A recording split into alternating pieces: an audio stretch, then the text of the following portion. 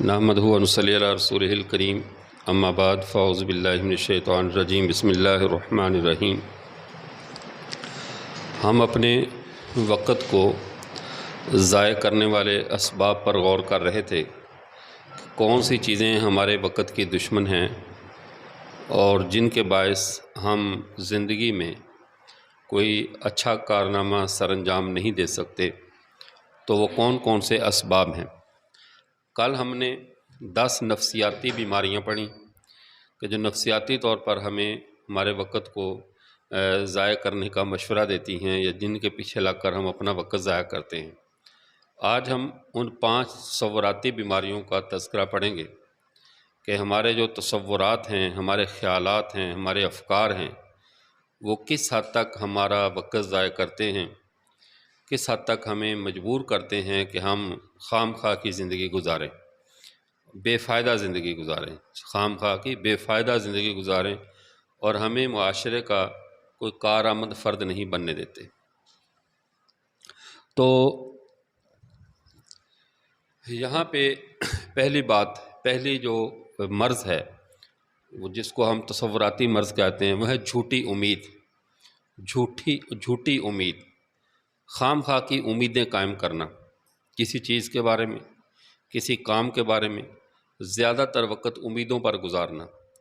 مثال کے طور پر پیسہ آپ کے پاس ہے، کسی اور کو دیا کہ وہ کاروبار کرے گا اور اس سے یہ امید رکھنا کہ وہ سارا نفع کما کر آپ کو دے گا اور آپ گھر بیٹھے امیر ہو جائیں گے، یا پرائز بانڈ خرید لیا، رات ہی رات جو ہے وہ امیر بن جائیں گے۔ اسی طرح کوئی میں پڑھوں یا نہ پڑھوں، سال کے آخر میں کچھ جگاڑ لگ جائے گا اور میں اچھے نمبروں سے پاس ہو جاؤں گا، میرے فلاں رشتہ دار بڑی اہم پوسٹ پر ہے، وہ سفارش کرے گا تو میں سرکاری نوکر ہو جاؤں گا۔ یہ جو امیدیں ہیں یہ وقت کو بہت ضائع کرتی ہیں۔ انسان اپنی صلاحیتوں پہ بھروسہ نہیں کرتا، اپنی محنت کی طرف وہ قدم نہیں بڑھاتا، بلکہ اس کی خواہش ہوتی ہے کہ بس یہ کام ایسے ہی مجھے پکے پکائے پھل کی طرح میری جولی میں آ کر گر جائے گا۔ اور یہ سب سے بڑی حماقت ہوتی ہے اس معاملے میں، یہ سوچنا کہ ہر کام پکے ہوئے پھل کی طرح میری گود میں آ گرے اور مجھے کچھ بھی نہ کرنا پڑے۔ تو جھوٹی امیدیں انسان کے وقت کے ضائع کرنے کا سب سے بڑا ہتھیار ہے، سب سے بڑا ذریعہ ہے۔ اس لیے کبھی بھی جھوٹی امید نہ رکھیں، ہمیشہ اپنی قوت بازو پہ بھروسہ کرو، اپنے قوت بازو پہ بھروسہ کر کے ہمت کرو گے اور اللہ سے مدد مانگ کر کام کرو، اپنی ہمت پوری صرف کرو۔ جیسے وہ غالباً اسی نے جو مختار مسعود ہے اسی نے کسی جگہ لکھا، تو غالباً لوح ایام میں لکھا یا کسی کتاب میں، کہنے لگا کہ محنت ہمیشہ بہترین نتائج کی کرو، محنت ہمیشہ بہترین نتائج کی کرو، توقع کم ترین نتائج کی رکھو۔ لیکن ہمارا کام کیا ہوتا ہے، محنت کم ترین نتائج کی بھی نہیں کرتے اور توقع بہترین نتائج کی رکھتے ہیں۔ کہہ رہے محنت بہترین نتائج کی کرو، توقع کم ترین نتائج کی رکھو اور تیار بدترین نتائج کے لیے رہو، تیار بدترین نتائج کے لیے رہو کہ میں جتنی محنت کر رہا ہوں اور یہ محنت کرنی ہے کہ میں نے 100/100 یعنی بالکل ٹاپ پہ اپنا رزلٹ لینا ہے۔ جس کام میں محنت کر رہا ہوں، میرا چاہے وہ ایک مثال کے طور پر چھوٹا سا بھی کاروبار ہے، ہزاروں میں ہے، چھوٹی سی دکان کھولی ہے، لیکن محنت ایسے کرنی ہے گویا کہ تو نے چند دنوں میں کروڑپتی بننا ہے۔ لیکن توقع کم ترین کی رکھو، توقع کم ترین کی رکھو کہ نتیجہ مجھے تھوڑا ملے گا، توقع یہ بھی ہو، لیکن ذہنی طور پہ تیار ہمیشہ بدترین نتائج کے لیے رہو۔ ایسا شخص کبھی مار نہیں کھاتا۔ اور ہماری امیدیں بالکل الٹ ہوتی ہیں، محنت ٹکے گی نہیں کرنی، کوشش ذرا بھی نہیں کرنی، کمائی سے، پڑھائی سے، ہر چیز سے فارغ، اور توقع رکھنی ہے اعلیٰ ترین نتائج کی کہ شاید سارے حکمران فیل ہوتے جا رہے ہیں، کہ شاید اچانک مجھے فون آئے گا الیکشن کمیشن کی طرف سے یا اداروں کی طرف سے کہ ریاست نے فیصلہ کیا کہ کل سے ملک کے وزیر اعظم آپ ہی ہوں گے۔ خیالی پلاؤ ہے نا، پکانے میں کیا حرج ہے، پکاؤ اور پکاتے رہو۔ تو یہ لوگ اپنا بھی سرمایہ اور اپنا وقت اور اپنی اللہ کی دی ہوئی مہلت کو ضائع کرتے ہیں۔ بیکار بولنا بھی اللہ کی مہلت کو ضائع کرنا ہے، بیکار سوچنا بھی اللہ کی دی ہوئی نعمت کو، سوچنے کی نعمت کو ضائع کرنا ہے۔ سوچنا بھی کارآمد ہے، بولنا بھی کارآمد ہے، اور کام بھی وہ کرنا ہے جو کارآمد ہے۔ اور یہ لوگوں کی تھیوریاں نہیں ہیں۔ نبی کریم صلی اللہ علیہ وسلم نے ارشاد فرمایا، من حسن اسلام المرء ترکہ ما لا یعنی، آدمی کے اسلام کی سب سے زیادہ خوبصورتی یہ ہے، سب سے زیادہ خوبی یہ ہے کہ وہ لا یعنی کام چھوڑ دے۔ لا یعنی کلام ہو، بے فائدہ فضول کام ہو، کلام ہو یا سوچ ہو، فکر ہو، وہ سب بے فائدہ باتوں کو چھوڑے، کارآمد سوچے، کارآمد کرے اور کارآمد ہی وہ گفتگو کرے۔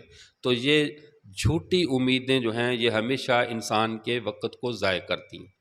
دوسرا مسئلہ، دوسرا پوائنٹ جس سے ہمارا وقت بہت زیادہ ضائع ہوتا ہے وہ لالچ ہے، لالچی طبیعت، حرص، لالچ، یہ بھی انسان کے وقت کو بہت برباد کرتا ہے۔ یہ ہمارا ایک تصور ہوتا ہے، ایک حسن ظن قائم کر لیتے ہیں کہ فلاں میں مزاربت میں پیسے لگاؤں گا تو یہ ہو جائے گا، فلاں کروں گا تو یہ ہو جائے گا، اور جب تک بے وقوف دنیا میں موجود ہوں ٹھگ بھوکے نہیں مرتے۔ لالچی موجود ہو نا، لالچ والے تو ٹھگوں کی روزی روٹی لگی رہتی ہے۔ تو جو سرمایہ وہی ہے جو آپ کے پاس ہے۔ وہ ایک کہاوت ہے نا کہ ایک وہ پرندہ جو آپ کے ہاتھ میں ہے وہ ان دو پرندوں سے بہتر ہے جو فضا میں ہیں، سمجھنا؟ وہ one birds in hand better than two birds in air, پتہ نہیں اس طرح کی کوئی انگلش کی کہاوت بھی ہے، نام انگلش آیا نہ اردو، اللہ اللہ خیر صلی اللہ۔ تو ایک پرندہ جو تمہارے ہاتھ میں ہے وہ ان دو پرندوں سے بہتر ہے جو ہوا میں ہیں۔ تو یہ آپ نے نفعت العرب میں بھی شاید پڑھا ہوگا یہ واقعہ کہ اس نے پکڑا تھا ایک پرندوں کو، اس نے کہا میں تمہیں ایک حکمت کی بات بتاؤں۔ پرندے نے کہا، اس نے کہا کیا؟ اس نے کہا ایک تو میں وہ بتاؤں گی جب میں تمہارے ہاتھ میں ہوں، اور ایک بات وہ بتاؤں گی جب میں فضا میں ہوں، ٹھیک ہے؟ تو اس نے کہا ٹھیک ہے، پہلی بات، اس نے کہا پہلی بات یہ ہے کہ تو اب جو چیز فوت ہو جائے اس پہ افسوس نہ کر، جو چیز تجھ سے چلی جائے، تیرے ہاتھ سے نکل جائے، اس پہ افسوس کرنا چھوڑ دے۔ اس نے کہا ٹھیک ہے۔ اس نے کہا دوسری چھوڑو گے تو بتاؤں گی۔ جب چھوڑا، درخت کی شاخ پر بیٹھ کر کہا میرے پیٹ میں ہیرا ہے، میرے پیٹ میں۔ اس نے پھر افسوس کر کیوں چھوڑ دیا نکال۔ اس نے کہا دیکھا نا، جب میں تیرا اب ہاتھ میں نہیں رہی تو اب تیرا افسوس کرنا کس کام کا؟ تو نے میری پہلی نصیحت پر عمل نہیں کیا تو دوسری پر عمل کیا خاک کرے گا؟ تو یہ جو آپ کے ہاتھ میں ہے اس پر اس کو استعمال کریں، اس کو کام میں لائیں، اس کو بہترین طریقے سے استعمال کریں۔ زیادہ کی حرص اور لالچ چھوڑ دیں۔ حرص اور لالچ انسان کے وقت کو بہت ضائع کرتی ہے۔ لالچی انسان نہ خود کام کرتا ہے نہ کسی کو کرنے دیتا ہے۔ اس کے ذہن میں یہی ہوتا ہے 99 کا چکر، جس کو کہتے ہیں 99 کا چکر، اتنے پیسے اب اتنے ہو جائیں، اتنے بڑھ جائیں، راتوں رات شیخ چلی کی طرح میں امیر بن جاؤں، راتوں رات میں پتہ نہیں کیا محقق العصر والمغرب والعشاء بن جاؤں، پتہ نہیں یہ خیالات کی جو نا تانے بانے بنتا رہتا ہے۔ تو لالچی انسان ہمیشہ اپنا وقت ضائع کرتا ہے، کیونکہ ضروری نہیں ہے کہ لالچ کا اس کو صلہ بھی مل جائے۔ اس نے وقت ضائع کیا ایک چیز کے لالچ میں، چلتا رہا کہ مجھے اس کے بدلے میں کچھ مل جائے گا، لیکن ملا کچھ بھی نہیں، تو اپنا وقت ضائع کیا کہ نہیں کیا؟ تو لالچ کی بجائے اپنی طبیعت کو لالچ اور حرص سے نکال کر ہمیشہ نسل انسانی کے خیر خواہ فرد بن کے اپنی صلاحیتیں لگائیں۔ کاروبار ہے خود کریں، ہوائی کاروباروں میں نہ رہیں کہ فلاں کرے گا اور کما کر آپ کو دے دے گا۔ دنیا پاگل ہے، آپ 10-15 لاکھ روپے اس کو دیں اور پھر امید رکھیں وہ مجھے 4-5 لاکھ روپے کما کر دے گا۔ تو گویا کہ اس کو تو نکل آئے، اس کی تو لاٹری نکل آئی ہے، اس کے تو مل گئے، وہ پاگل آپ کو واپس کرے۔ اور ہمارے ہاں لوگ نا عموماً کہانیاں سناتے ہیں نا ہمیں، وہ جاہل لوگوں کی کہانیاں کیا سناتے ہیں؟ وہ جی فلاں بے وقوف دیہاتی لوگ پاگل ہیں، پیر کو بکرا دے کر مرغے پہ دم کرایا اور خوش پھر رہا ہے کہ واہ جی بکرا دیا تو میرا مرغا بچ گیا، بکرا دیا تو میرا مرغا بچ گیا۔ اب وہ تقابل کرتے ہیں کہ بکرا مہنگا ہے یا مرغا مہنگا ہے۔ اب وہ پیر صاحب کو بکرا دے کر مرغے پہ دم کروا کے وہ خوش ہے کہ میرا مرغا بچ گیا، لیکن پڑھے لکھے جاہل کیا کرتے ہیں؟ 25,000 کی نوکری کے لیے 10 لاکھ رشوت دے رہے ہیں۔ تو یہ عقل مند ہے؟ یہ اس جاہل جو پیر کو بکرے دے رہا ہے، اس عقل مند سے تو پھر بھی بہتر ہے کہ وہ تو جاہل تھا، یہ تو پڑھا لکھا تھا۔ یہ اس کا پیر افسر ہے، بڑا افسر اعلیٰ ہے، ہوم سیکرٹری، اوپر تک جہاں تک بھی جاؤ، جہاں تک اس کی رشوت پہنچی ہے۔ تو اس نے چند ہزار کی نوکری کے لیے کیا کیا کہ رشوت دے دی، تو رشوت بھی اسی طرح۔ تو کہنے کا مطلب یہ ہے کہ لالچ اپنی زندگی سے نکالیں۔ لالچی انسان وقت بہت ضائع کرتا ہے، کام ٹکے گا نہیں کرتا، فارمولے سوچتا رہتا ہے، تھیوریاں بناتا رہتا ہے، اور شیخ چلی کی طرح رات ہی رات امیر ہونے کے جو ہے نا وہ خواب دیکھتا رہتا ہے۔ تو یہ چیز انسان کو جو ہے نا وقت کے ضیاع کا ذریعہ ہے۔ چوتھا تصور جو ہمارا تصور ہے وہ تیسرا تصور جو ہے ہمارا کہ وہ ہے قوت فیصلہ کی کمی۔ اپنے بارے میں یہ تصور قائم کر لینا کہ یہ فیصلہ میں نہیں کر سکتا، یہ کام میں نہیں کر سکتا، یہ مجھ سے نہیں ہوگا، میرے اندر یہ صلاحیت ہی نہیں ہے۔ جب یہ تصور قائم کر لیا تو گویا کہ آپ نے اپنے آپ کو بھی ضائع کر دیا، اپنے وقت کو بھی ضائع کر دیا۔ میں نہیں پڑھا سکتا، یہ میرے بس کا روگ نہیں ہے، میں تقریر نہیں کر سکتا، تصور قائم کر لیا۔ اس سے بڑھ کر نجی زندگی میں آؤ، میں گھر کے فیصلے میں نہیں کر سکتا، وہ بیگم نے کرنے، وہ میں نہیں کر سکتا، ابو نے کرنے، بھائیوں نے کرنے، اولاد نے کرنے، تو پھر آپ کیا کر رہے ہیں؟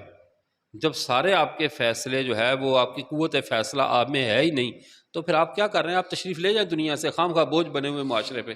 اب جب ہر کام آپ کے جب بیگم نے کرنا ہے، اب وہ بعض لوگ نا بڑے فخر سے بتاتے ہوتے ہیں، بعض دیوس قسم کے، یہ جو میں نے کپڑے پہنے ہیں ماشاءاللہ میری بیگم خرید کر لائی ہے، توف تیری سوچ کے اوپر، یعنی یہ کام تیرے کرنے کے تھے، تیری بیگم کے کرنے کے تھے؟ بازار کے سارے کام بیگمات کے کھاتے میں ڈال رکھتے ہیں، ٹھیک ہے، یا بیٹیوں کے یا بیٹوں کے، اور خود بڑے فخر سے پھر رہے، فخر سے بتا رہے ہوتے ہیں ہم تو بڑے فارغ لوگ ہیں۔ تو دنیا فارغ لوگوں کے لیے نہیں ہے، یہ مصروف لوگوں کے لیے، یہ وقت کی قدر کرنے والوں کے لیے، ان بے وقوفوں کے لیے اللہ نے اتنا نظام ہستی نہیں بنایا ہوا کہ بس بیٹھے کھاؤ آؤ کھاؤ اور چلے جاؤ بس وقت گزار کے، یہ ان بے وقوفوں کے لیے نہیں ہے سارا نظم۔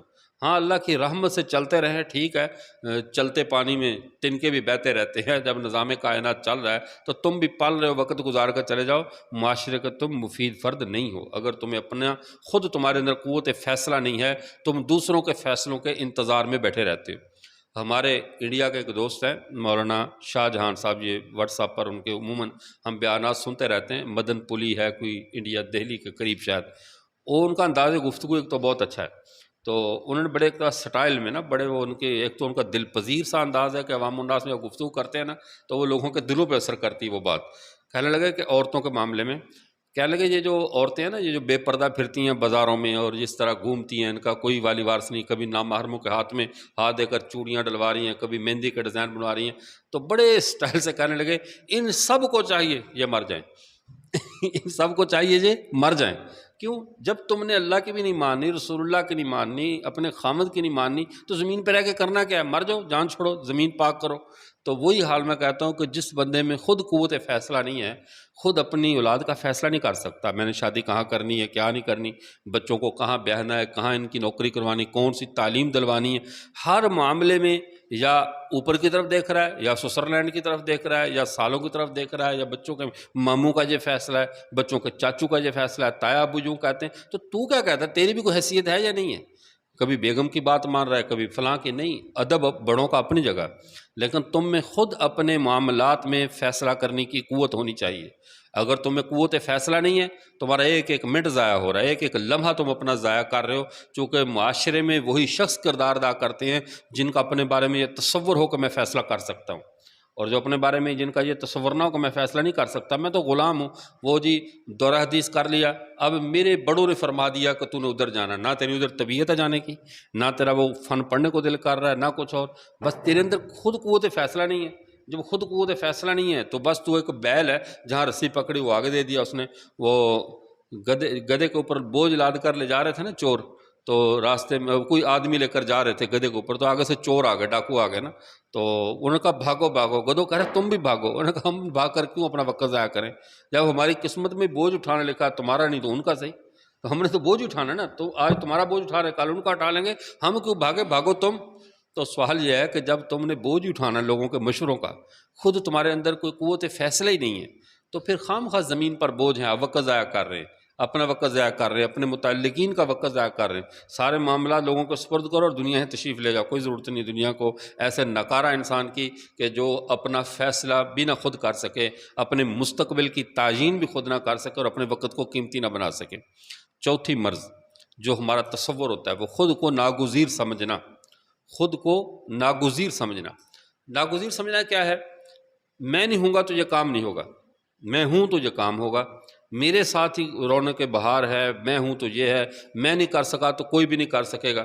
ایسے لوگ ہر ادارے پر بوجھ ہوتے ہیں، ڈپارٹمنٹ پہ بڑے بن جائیں، سربراہ بن جائیں، مدرسے کے محتمم بن جائیں، کسی جو ہے وہ انسٹیٹیوٹ یا کسی اور ادارے کے اندر ان کو کوئی ذمہ داری مل جائے، محکمہ تعلیم میں ہوں یا کسی بھی، بلکہ ہمارے ملک کے وزیر اعظم صاحب کو دیکھ لو، وہ سمجھتا ہے کہ میں کرسی پر نہ بیٹھا تو گویا کہ یہ کرسی کا حق ہی ادا نہیں ہوگا، یہ ملک ڈوب جائے گا، یہ ہوگا، امریکی غلامی آ جائے گی فلاں، تو یہ اپنے آپ کو ناگزیر سمجھنا، یہ بھی وقت ضائع کرنے والی بات ہے، یہ وقت ناگزیر نہ سمجھو۔ اگر تم سے کوئی زیادہ باصلاحیت آگے آ رہا ہے تو اس کو موقع دو، تمہارے اندر صلاحیت نہیں ہے تو برداشت کرو، بھی ٹھیک ہے تمہارے اندر نہیں ہے، فلاں کے اندر ہے، اسے آگے لاؤ۔ یہ سب سے بڑی خامی ہے کہ اپنی کمزوری کو تسلیم نہیں کرنا، اپنی کمی کو تسلیم کرنا، ہاں باصلاحیت کے راستے میں رکاوٹ بن جانا۔ ہمارے بہت سارے لوگ ایسے ہوتے ہیں معاشرے میں، اگر اللہ ان کو کچھ صلاحیت دے دے نا تو وہ گنوں والا ٹرالا بن جاتے ہیں۔ گنوں کا ٹرالا دیکھا ہے نا، جو جو نہ خود تیز چلتا ہے، نہ کسی گاڑی کو سائڈ سے گزرنے دیتا ہے، حتیٰ کہ اس کے پاس سے سائیکل کے گزرنے کی وجہ سے بس مستی میں جا رہا ہوتا ہے، پیچھے والے تنگ آ رہے ہیں، ہارن بجا رہے ہیں، کچھ کر رہے ہیں، اسے کوئی پرواہ نہیں۔ یا وہ جو ٹرالی ہوتی ہے جس کو گیس ہوئی ہوتی ہے نا، وہ توڑی لوڈ کی ہوتی ہے ٹرالی کو گیس، اور ویسے وہ بفر کے جا رہی ہوتی ہے روڈ کے اوپر، وہ مجال ہے کسی کو رستہ دے؟ نہ خود تیز چلنا ہے نہ کسی کو رستہ دینا ہے۔ تو ایسے آپ گنوں والے ٹرالے یا گیس والی ٹرالی نہ بنے معاشرے میں۔ اگر آپ خود کام کر سکتے ہیں اچھی سپیڈ سے، زمانے کی دوڑ کے ساتھ، تو ٹھیک ہے، ورنہ ناگزیر نہ سمجھے کہ میرے بغیر نہیں، اور کو بندہ تیزی سے وہ کام کر سکتا ہے، اچھی طرح کر سکتا ہے، تو اس کو موقع دو اور اس کے ساتھ مل جاؤ۔ تو اپنے آپ کو ہر فن میں امام مطلق اور جب سارا کچھ سمجھنے کی یہ جو مرض ہے، یہ بھی وقت کا ضیاع ہے۔ اور ہماری جماعتوں میں، اداروں میں، ہمارے بہت سارے یعنی شعبہ جات میں آپ ناکامی کی جب وجوہات پہ غور کریں گے تو سب سے ایک بڑی وجہ ان بڑوں کا بوجھ ہوتا ہے کہ جو نہ کام کرتے ہیں نہ کرنے دیتے ہیں۔ ان بڑوں کا بوجھ جو نہ کام کرتے ہیں۔ ہمارے یہاں پرانا بنتا ہے وقت کے اعتبار سے۔ پرانا کس کے اعتبار سے بنتا ہے؟ ایک کمانڈر ہے مولانا فضل الرحمان خلیل صاحب، نام سنا ہوگا آپ نے ان کا۔ انہوں نے ان کی باتیں بڑی شاہکار گفتگو کرتے ہیں، جب وہ کوئی بات کرتے ہیں تو بڑے پوائنٹ کی بات کرتے ہیں۔ انہوں نے ایک دفعہ کہا کہ کام کے اعتبار سے پرانے بنو، ایک بیان میں ان کو سنا، کام کے اعتبار سے پرانے بنو، وقت کے اعتبار سے پرانے نہ بنو۔ ہمارے ہاں پرانے اور بزرگ کیسے بنتے ہیں؟ وقت کے اعتبار سے۔ ماشاءاللہ جی اتنے سالوں سے اس عہدے پہ براجمان ہے، یہ عہدے کی یہ براجمانی نہ بتاؤ، اس کی کارگزاری بتاؤ، کارکردگی بتاؤ کہ حضرت نے اتنے سالوں میں کیا کیا ہے، فائدہ کیا ہوا اس سے۔ یہ مدرس ہے، اس نے انداز تدریس میں اتنے سال، یہ 20 سال پرانا مدرس ہے، کچھ تدریس میں اس کے ہیرے نکلیں، اس نے کوئی کارنامہ سر انجام دیا؟ نہیں، وہ جو روایتی کتابیں ملی ہوئی ہیں وہی پڑھا رہا ہے، شروحات رکھی، دیکھا، پڑھا اور چلا گیا۔ تو کون سا جس نے جو ہے تجدیدی کارنامہ سر انجام دیا؟ کسی بھی شعبے میں پرانے بننے سے بہتر ہے محنتی بن کر کام کے اعتبار سے پرانے بنو، وقت کے اعتبار سے پرانے نہیں بننا۔ وقت کے اعتبار سے جو پرانے بن جاتے ہیں، یہ سب کی بات نہیں کر رہا، استثناء ہوتا ہے۔ ہر شعبے میں ہمارے بڑے لوگ جو کام کرنے والے بھی ہیں، انہوں نے بہت کم وقت میں بہت بڑے بڑے کارنامے سر انجام دیے ہیں، وہ ایک الگ شعبہ ہے۔ لیکن بحیثیت مجموعی اگر آپ اپنے ارد گرد نظر ڈالیں، ہماری تنظیموں، ہماری سے مراد پوری نسل انسانی کی بات کر رہا ہوں، تنظیموں میں، جماعتوں میں، اداروں میں، ہمارے ملک میں، ہمارے ہر ڈپارٹمنٹ میں ایسے لوگ ہوتے ہیں جو پرانا ہونے کا فائدہ اٹھاتے ہیں، پرانا ہونے کا فائدہ اٹھاتے ہیں۔ اب لوگ احترام کرتے بعد والے، وہ نہ کام کرتے ہیں نہ کرنے دیتے ہیں۔ اگر آپ کو کام کرنا ہے، وہ ایک ذہن میں رکھو، بڑوں کے سرپرستی میں رہ کر کام کریں، لیکن اپنے درخت کی جڑیں اتنے درخت کے نیچے نہ لگائیں کہ بڑا درخت کبھی چھوٹے کو بڑا نہیں ہونے دیتا۔ کبھی آپ نے دیکھا کہ رخ کے نیچے رخ ہو جائے، درخت کے نیچے درخت ہو جائے؟ درخت کے نیچے درخت نہیں ہوتا، ٹھیک ہے؟ اگر آپ کو پہلے کسی بڑے کے زیر سایہ رہ کر باکمال بنے، کمال حاصل کریں کسی، پھر اگر کچھ خود سایہ دار درخت بننا ہے تو پھر بڑے درخت سے تھوڑا سا سائڈ پہ ہو کر ان کی سرپرستی میں اپنا سایہ قائم کریں۔ اور اگر آپ اسی طرح رہے تو خود وقت ضائع کریں گے۔ بس حضرت اتنے سال تک بس جو ہے نا وہ جوتے اٹھاتے رہے، اور پھر جوتے اٹھاتے اٹھاتے سب کچھ اٹھاتے ہوئے چلے گئے دنیا سے، یہ نہ ہو، ٹھیک ہے؟ تو یہ اٹھانے والی اور دھرنے اور چکنے، یہ جو باصلاحیت آدمی کو یہ بات زیب نہیں دیتی، ٹھیک ہے؟ ادب و احترام، عقیدت اپنی جگہ، لیکن مشورہ لو اور خود اپنی صلاحیتیں میدان میں منواؤ، خود اپنے آپ کو منواؤ۔ یہ نہ کہ وہ ناگزیر ہے تو اسی کے نیچے چلنا ہے۔ اگر کوئی گنوں کا ٹرالا ہو آگے لگ جائے اور آپ کو نہ خود چلے نہ تمہیں چلنے دے، تو زندگی میں آپ سے آپ کی محنت کے بارے میں سوال ہوگا۔ نہ بے ادبی کی گنجائش، نہ گستاخی کی، نہ بغاوت کی۔ دونوں چیزوں کو، بے ادبی، گستاخی، بغاوت، اس کو چھوڑ کر اپنا ایک وقار قائم کرو اور کام کر کے دکھاؤ، ٹھیک ہے؟ تو یہ چیزیں اگر سامنے ہوں گی تو آپ معاشرے کے باوقار اور مفید فرد بنیں گے اور آپ کا وقت قیمتی ہوگا۔ لیکن اگر انتظار کرتے رہے، اب حضرت کو کیا کہیں، حضرت تو وقت پہ نہیں آ سکتے، حضرت تو وقت پہ یہ کام نہیں کر سکتے، تو آپ بھی اسی طرح کے ہو جائیں۔ آپ کو اپنی زندگی خود سنوارنی ہے، یہ ذہن میں رکھیے۔ ہر ایک انسان کی بات لی بھی جا سکتی ہے، چھوڑی بھی جا سکتی ہے۔ میں بحیثیت تمہارا استاد ہوں، لیکن میری رائے سے تمہیں 100% اختلاف کرنے کا حق حاصل ہے۔ یہ کون سا منصب آ گیا کہ استاد سے اختلاف نہیں ہو سکتا، شیخ سے اختلاف رائے نہیں ہو سکتا؟ ادب کے دائرے میں رہتے ہوئے، جیسے اگر امام اعظم ابو حنیفہ رحمہ اللہ سے ان کے شاگرد اختلاف کر سکتے ہیں، رسول اللہ صلی اللہ علیہ وسلم خود صحابہ کی تربیت کر رہے ہیں اختلاف رائے کرنے کی، کہ ایک رائے جو اپنی رائے، دو رائے لی کیوں جا رہی ہے کہ صاف ظاہر رائے مختلف بھی ہو سکتی ہے۔ تو آج کل بھی کوئی اتنا نہیں ہے کہ آپ ان سے اختلاف رائے نہ کریں، ذہنی غلامی سے ذرا نکلیں۔ اگر آپ کو کچھ کرنا ہے معاشرے میں، اپنا وقت بچانا ہے، تو ذہنی غلامی سے نکلیں، بھرپور اختلاف رائے کرو، بدتمیزی نہیں کرنی، بے ادبی نہیں کرنی۔ ہمارے ہاں اختلاف رائے کو بے ادبی کے ساتھ پیش کیا جاتا ہے۔ وہ کہتے ہیں نا کہ سچ کڑوا ہوتا ہے، سچ کڑوا نہیں ہوتا، کہنے کا انداز کڑوا ہوتا ہے۔ تم کہتے اتنے زہریلے انداز سے کو سچ زہر بن جاتا ہے۔ سچ کو پیار سے بھی تو کہا جا سکتا ہے، سچی بات کو اخلاق سے بھی تو پیش کیا جا سکتا ہے۔ ہمارے ہاں کڑوا اور بد اخلاق بدتمیز ہونے کے اس معاملے سے میرے جو منافقت نہیں آگی، تو اس کا کیا مطلب ہے؟ تو کوڑتما بن جائے۔ منافقت نہ ہونے کا مطلب کوڑتما ہونا نہیں ہے، منافقت نہ ہونے کا مطلب زبان کا زہریلا ہونا نہیں ہے۔ بااخلاق بندہ، ہر بندہ منافق ہوتا ہے، بااخلاق ہونا اور چیز ہے، مہذب ہونا اور چیز ہے، اور یہ جو ہے نا زہریلا ہونا اور چیز ہے۔ زہریلا، ہر زہریلا بندہ خالص ہوگا یہ ضروری نہیں ہے، ہر بدتمیز آدمی جو ہے وہ یعنی با کردار ہوگا یہ ضروری نہیں ہے۔ با کردار اور با اخلاق یہ جمع ہو سکتے ہیں، یہ نکیزیں نہیں ہیں۔ سچ میٹھا بھی ہو سکتا ہے اگر کہنے کا انداز اچھا ہو، ٹھیک ہے نا، سچ کو میٹھا کریں، میٹھا کر کے سچ کو پیش کرے، لوگ تسلیم کریں گے۔ ہم نے پہلے ایک دماغوں میں تصور بٹھا رکھا ہے کہ سچ کڑوا ہوتا ہے، لہذا پاؤ جتنی زہر پہندی ہے، اور جتنا بھی زہریلا کر سکتے ہیں، جتنا اس کو بدبودار اور گھٹیا انداز سے پیش کر سکتے کریں، یہ تصور غلط ختم کریں۔ سچی بات کہیں، اتنے پیارے انداز سے کہیں کہ سامنے والا تسلیم کرنے پہ مجبور ہو جائے کہ ہے تو یہ سچ، لیکن میری طبیعت کا بے شک خلاف ہے، لیکن کہا ایسے گیا۔ ایسے اس کی مثال دیتا ہوں میں، حضرت مولانا نافع صاحب رحمۃ اللہ علیہ، اللہ ان کی قبر پہ کروڑوں رحمتیں نازل فرمائے، ان کی تصنیفات کو دیکھ لو۔ ان کی تصنیفات کو دیکھ کر خود ہم نے ان سے یہ واقعہ سنا، انہوں نے کہا ہم جن کے خلاف لکھتے ہیں، روافظ کے خلاف نے بہت لکھا، بنات اربع ان کی جو کتاب کرے، یہ لے کر ایک شیعہ محقق ان کا جو عالم تھا وہ میرے پاس آیا، اور اس بات کا شکریہ ادا کرنے کے لیے کہہ رہے حضرت آپ نے میری بہت بڑی غلط فہمیاں آپ کی یہ کتاب پڑھ کر دور ہوگی، جتنے اخلاق اور پیار سے آپ نے حق بات ہم تک پہنچائی ہے، اب تسلیم نہ کرو تو یہ میری بدبختی ہے، آپ کی کتاب میں حق ادا کر دی ہے۔ اب بتاؤ یہ اخلاق سے بات کہے گی نا؟ لیکن یہ ضروری ہے کہ ایک ٹانگ آپ کی کرسی پر ہو اور پٹ پہ سے ہاتھ مارنا ہے اور سینے تان اور پگڑیاں اچھال اور یہ سارا؟ حق بات کہیں، سچ کہیں، لیکن اخلاق بھی، اخلاق کے پہ میں منہ گڑ رکھ لو تھوڑے، ہے نا، یعنی منہ کی زہر کم کرنے کے لیے تھوڑی سی منہ میں کوئی میٹھا رکھ لو تاکہ سچ میٹھا ہی نکلے، آپ کے منہ سے کڑوا سچ نہ نکلے۔ تو چوتھی ہمارے وقت کی جو بربادی کی علامت تھی، خود کو ناگزیر سمجھنا کہ میں نہیں ہوں تو کچھ بھی نہیں ہوگا، یہ غلط بات ہے۔ آپ کے علاوہ بھی اللہ نے بہت سے لوگ پیدا کیے ہیں، آپ سے زیادہ باصلاحیت ہے، آپ تو اللہ کی کھربوں افراد اور نفوس پر مشتمل اس کائنات کے اندر ایک ذرہ برابر بھی عقائی، ذرہ کا نام بھی ذرے کی توہین ہے، اتنی ہے۔ اللہ کے پاس جیسے شکلوں کے خزانے ختم نہیں ہوتے، صلاحیتوں کے خزانے بھی ختم نہیں ہیں۔ شکلیں مختلف ہیں، صلاحیتیں مختلف ہیں، عقلیں مختلف ہیں، تو دوسروں کو موقع دیں، اپنے آپ کو حرف آخر سمجھ کر نہ ادارے کا وقت ضائع کریں، نہ کسی جماعت کا وقت ضائع کریں۔ اگر آپ کو ایک جماعت میں ذمہ داری ملتی ہے اور آپ کو لگ رہا ہے کہ آپ اس کا حق ادا نہیں کر پا رہے، آپ کی ڈیوٹی ہے اور آپ وہ ڈیوٹی پوری سر انجام نہیں دے پا رہے، آپ کے ذمہ تدریس ہے اور آپ تدریس کا حق ادا نہیں کر پا رہے، تو منصب سے چمٹنا نہیں ہے، کسی عہدے سے چمٹنا نہیں ہے۔ اب مساجد کے ائمہ کو نہ مقتدی راضی نہ کچھ، وہ چمٹ کر بیٹھا ہوا ہے، نہیں امامت نہیں چلنی۔ کیوں؟ وہ ایک جگہ پر کسی نے امام مانگا تو انہوں نے کہا جی شرائط کیا ہے؟ دیہات والوں نے کہا جی بس ایک ہی شرط ہے، جو کڈیے تھے چپ کر کے نکل جائے، جب ہم نکالیں تو یہ چلا جائے، بس ہماری ایک ہی شرط ہے۔ کیوں؟ وہ جو گروپ بنا لیتے ہیں، جتھا بندیاں کر لیتے ہیں، وہ محلے میں دیکھ لیتے ہیں نا پہلے جا کر کہ کن کن نمازیوں کا آپس میں اختلاف ہے، تو جو تگڑی پارٹی ہوتی ہے اسے یاری لگاتے تھے، پھر اگر اختلاف رائے ہوتے ایک پارٹی ادھر امام صاحب پکے۔ ایسا نہ ہو، ایسی حرکت نہیں کرنی۔ آپ اپنے منصب کے ساتھ اگر دیکھو کہ میرے منصب میرے مناسب نہیں ہے، یا میں اس منصب کے مناسب نہیں ہوں، میں نااہل ہوں یا منصب میرے اہل نہیں ہے، دونوں باتوں میں سے جو بھی ہو آرام سے چھوڑ کر سائڈ پر ہو جاؤ۔ جس چیز کے آپ اہل ہیں وہیں اپنی صلاحیتیں لگائیں۔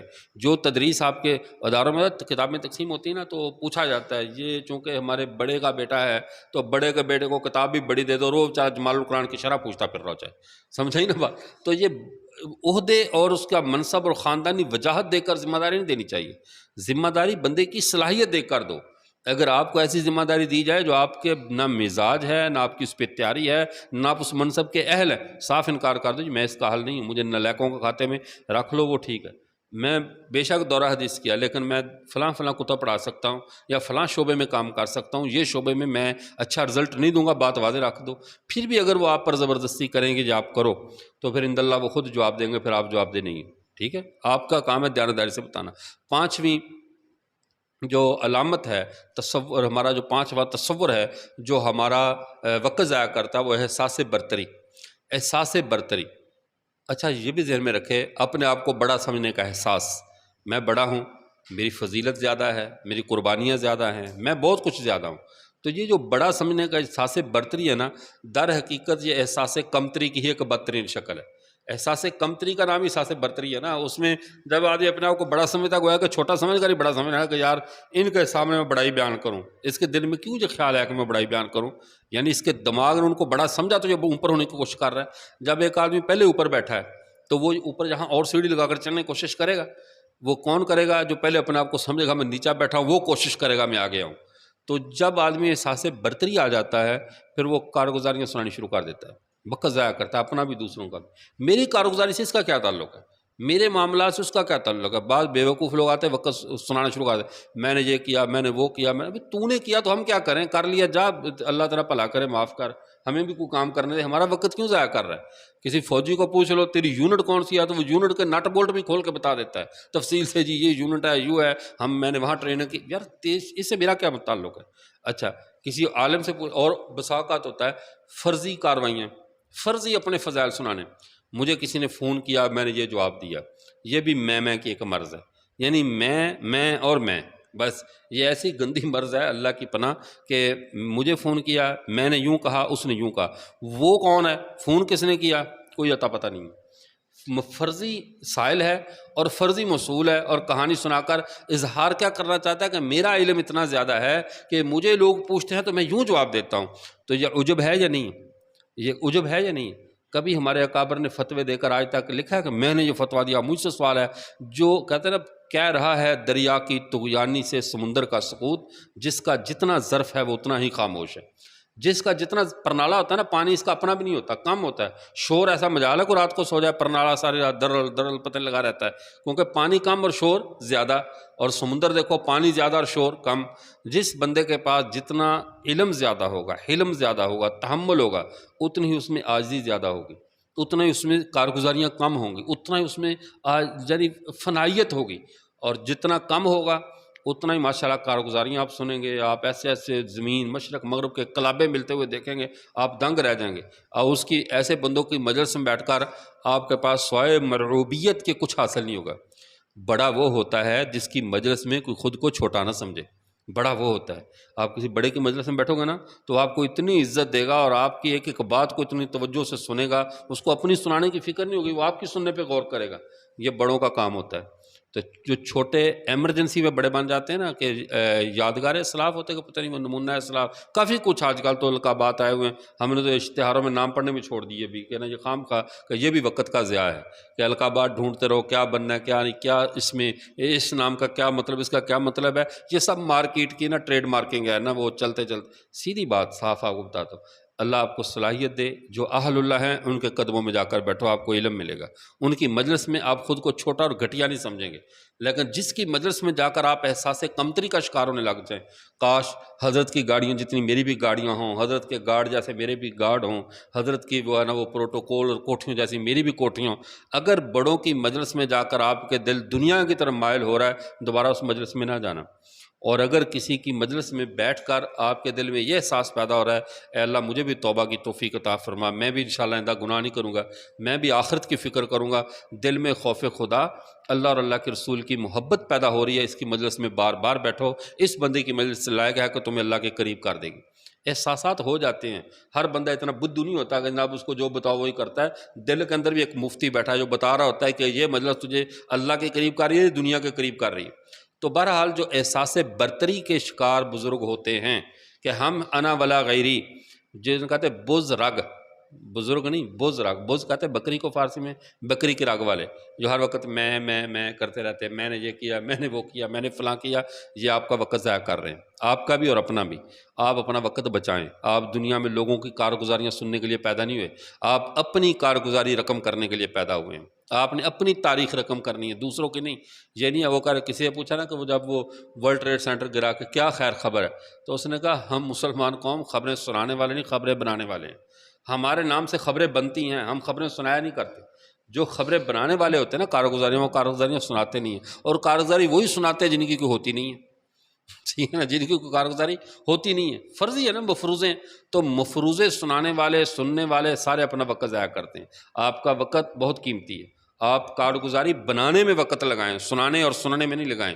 اللہ تعالی ہم سب کو اپنے اوقات کو قیمتی بنائے۔ آج میں نے 5 تصوراتی امراض کا تذکرہ کیا۔ یہ 5 تصور جو انسان قائم کر لیتا ہے، احساس برتری کا ہے، خود کو ناگزیر سمجھنے کا ہے، اور یہ تصور کر لینا کہ مجھ میں قوت فیصلہ نہیں ہے، تو یہ 5 امراض ایسے ہیں، یہ امراض تمہیں انتہائی تمہارے وقت کو ضائع کریں گے۔ ان امراض کو دل و دماغ سے نکالو اور آگے بڑھو۔ اللہ تعالی ہم سب کے اوقات کو قیمتی بنائے اور ہمیں وقت کی قدر کرنے والا بنائے۔ وآخر دعوانا الحمدللہ رب العالمین۔